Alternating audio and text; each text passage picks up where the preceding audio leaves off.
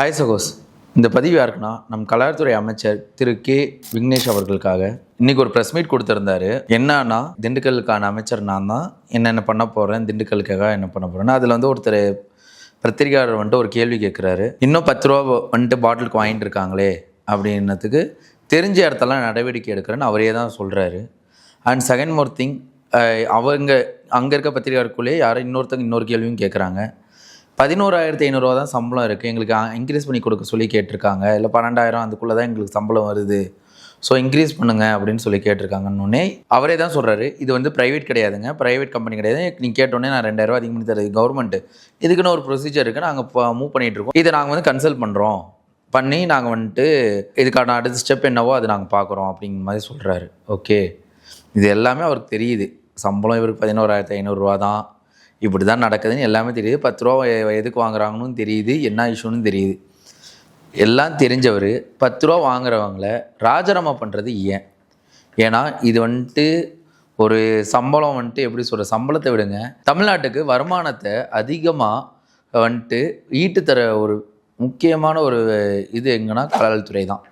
அதில் நம்ம எந்த மாற்று கருத்தும் இல்லை. அதில் ரீசெண்டாக இன்றைக்கி நேற்று ஒரு இடத்துல ஒரு வீடியோ பார்த்துருந்தேன். இதில் ஒரு ஊழியர் ஒருத்தர் சொல்கிறாரு, 10 ரூபாய்க்கு பாட்டிலுக்கு நாங்கள் வாங்குகிறோம்னு நீங்கள் சொல்கிறீங்கள, இந்த 10 ரூபாய்க்கு பாட்டிலுக்கு நாங்கள் வாங்காமல் எங்களுக்கு சம்பளமே இவ்வளோ தான், இது வாங்காமல் இறக்கவங்களுக்கு ஏற்றுறவங்களுக்கு இறக்குற கூலி ஏற்றுக்கூலி நாங்கள் எப்படி தருவோம்? பெட்டி எடுக்க வராங்க, அவங்க டீ காசு கேட்குறாங்க, நாங்கள் எப்படி தருவோம்? 11,500 எங்கள் வீட்டையும் பார்த்துக்கிட்டு டீ காசும் பார்க்க முடியுமான்னு கேட்குறாங்க. நியாயமான கேள்வி. ஒரு ஊழியருக்கு இன்றைக்கி இருக்க நிலைமைக்கு ஒரு ஆஃபீஸ் நடத்துகிறோமோ என்ன பண்ணாலும் சரி, எல்லாத்துக்கும் தெரியும், சாலிடாக ஒரு 5,000 20,000 ஒரு ரொம்ப கம்மி ஒரு 20,000 இல்லாமல் ஒருத்தரால் சர்வே பண்ணணும்னா ஒரு குடும்பத்தை வச்சு சர்வே பண்ண முடியாது. 20,000 ஒருத்தர் சர்வே பண்ணுறதுக்கே கஷ்டம், ஒரு குடும்பத்தை வச்சு சர்வே பண்ணுறது ரொம்ப கஷ்டம். ஓகே, இது எல்லாமே உங்களுக்கு தெரியுது. அவங்கள டிஸ்மிஸ் பண்ணுறேங்கிறீங்க. நான் எப்படி நீங்கள் டிஸ்மிஸ் பண்ணக்கூடாது, அதுக்கான சொல்யூஷன் என்ன பண்ணுமான்னா அதான் பண்ணியிருக்கணும். அதை விட்டுட்டு நீங்கள் சொல்லுங்கள் நான் ஆக்ஷன் எடுக்கிறேன்.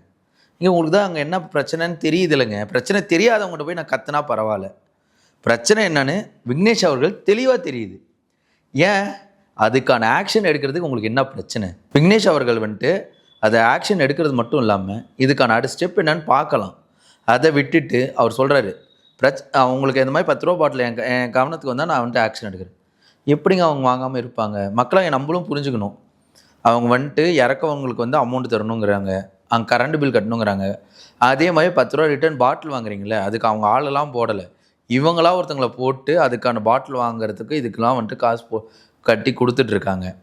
ஓகே, அப்படிங்கிற பட்சத்தில் இவ்வளோ இஷ்யூஸ் இருக்குது. ஓகே, இதுக்கு முன்னாடி இதெல்லாம் இருந்துச்சு, அப்பயும் 10 ரூபா வாங்கினாங்க, இப்பயும் 10 ரூபா வாங்குறாங்க, எல்லா இடத்துலையும் வாங்கி தானே. ஒருத்தர் சொல்கிற 5 ரூபா, ஒரு சில இடத்துல 5 ரூபா 10 ரூபா எதுக்கு வாங்குறாங்க? அவங்களுக்கு சம்பளம் கம்மியாக இருக்குது, இன்னொன்று ஆள் போடணும். இப்போ கொண்டு இறக்குறாங்களா, இறக்கவங்களுக்கு யார் காசு தரா? நீங்கள் காசு தரீங்களா? இல்லை, ஏதோ 1 ரூபா 2 ரூபாவில் அவங்களால மட்டும் எப்படி இருக்க முடியும்? ஒரு நாளைக்கு 1000 பாட்டில் இறங்கணுக்கு ஒரு பாட்டிலுக்கு 1 ரூபா கொடுத்தீங்கன்னா அவன் எத்தனை அவன் அதை கூட தருவீங்களான்னு தெரியல. அப்புறமேட்டு அவங்க காசு கேட்டு தான் வாங்கிட்டு போவாங்க, இல்லைன்னா இறக்க மாட்டாங்க. ஏன் இதெல்லாம் எதுவுமே தெரியாதா அமைச்சருக்குன்னா? எல்லாம் தெரிஞ்சிருக்கு. இன்றைக்கி பேசுனதில் தெளிவாக தெரியுது. இன்னொன்று, ஆக்ஷன் எடுக்காதீங்கன்னு சொல்லலை, எல்லாம் சரி பண்ணதுக்கப்புறம் நீங்கள் ஆக்ஷன் எடுங்க. இப்போ நீங்கள் ஆக்ஷன் எடுக்கிறதுங்கிறது ரொம்ப தப்பு. ஏன்னா இது நம்மளோட முக்கியமான வருமானம் மட்டும் இல்லை, அங்கே இருக்க மக்களோட அடிப்படை உரிமை.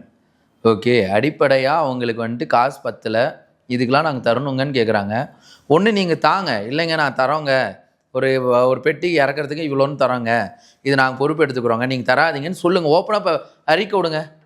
நீங்கள் விக்னேஷ் அவர்கள் ஓப்பனாக அறிக்கை விடுங்க, பாருங்க பெட்டி இறக்குனா காசு தராதிங்க, கரண்ட் பில் நாங்கள் பார்த்துக்குறோங்க, இந்த 10 ரூபா பாட்டிலுக்கு நீங்கள் மிஷின் வச்சிங்களேன், எல்லா இடத்துக்கும் மிஷின் வர வரைக்கும் அதுக்கான ஆளை நாங்கள் போடுறோம், அதுக்கான சம்பளத்தை நாங்கள் கொடுக்குறோங்க அப்படின்னு நீங்கள் சொல்லுங்களேன். அதை விட்டுட்டு 10 ரூபா வாங்கினா ஆக்ஷன் எடுக்கிறேன்னு சொல்லி 4 பேர்த்து ஆக்ஷன் எடுத்து வச்சுருக்கீங்க, 10 பேர்த்து மேலே ஆக்ஷன் எடுத்துருக்கீங்க. என்ன ஆச்சு? ஒன்றும் ஆகலை. அதே மாதிரி 717 கடை ஆர்டிஐ போட்டிருக்காங்க.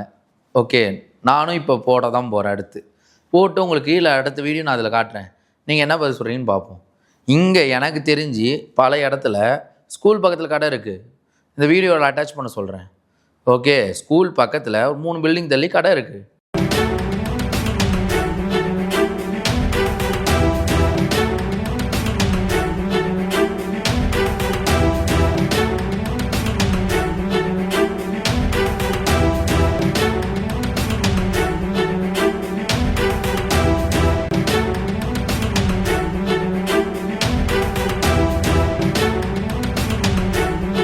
நீங்கள் எதை பார்த்தீங்க? கடையை மூடிட்டோம், ஸ்கூல் பக்கத்துல இருந்த கடையை எடுத்திருக்கோம், எல்லாம் பண்ணியிருக்கோம். எல்லாம் தெரியணும்ல, தெரிஞ்சு தான் நீங்கள் பண்ணணும். கண்டிப்பாக இது அடுத்த ஸ்டெப்புக்கு நாங்கள் வந்துட்டு பண்ணுவோம். இதை வந்துட்டு நீங்கள் புரிஞ்சுக்கோங்க. இது வந்துட்டு ஒயின் ஷாப் லேபர்ஸ்க்கான வீடியோ முக்கியமாக. ஏன்னா அவங்க கஷ்டத்தில் இருக்காங்க. உண்மையாலுமே அவங்க வாங்குறாங்க, பிடிக்கிறாங்க, பண்ணுறாங்க. நீங்கள் என்ன வேணால் சொல்லலாம் 10 ரூபா. அதே 10 ரூபா போய் கேட்டதுக்கு போயிட்டு சண்டை போடுறீங்களா? அப்போ இன்றைக்கி ஏன் 10 ரூபா கேட்டிங்கன்னு அவங்களும் சொல்கிறேன். போன ஆட்சிலையும் இதே சண்டை போட்டிருக்கணும். போடல. இந்த ஆட்சியில் போடுறீங்க ஓகே.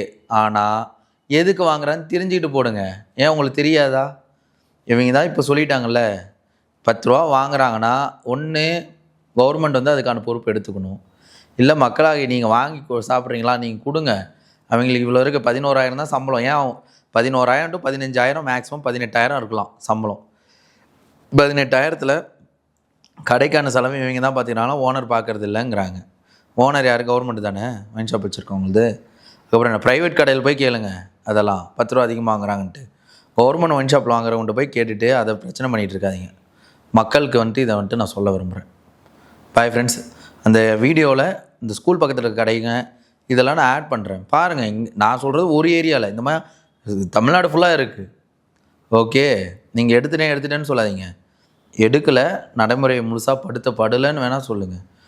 ஓகே, இதுதான் உண்மை. Bye friends.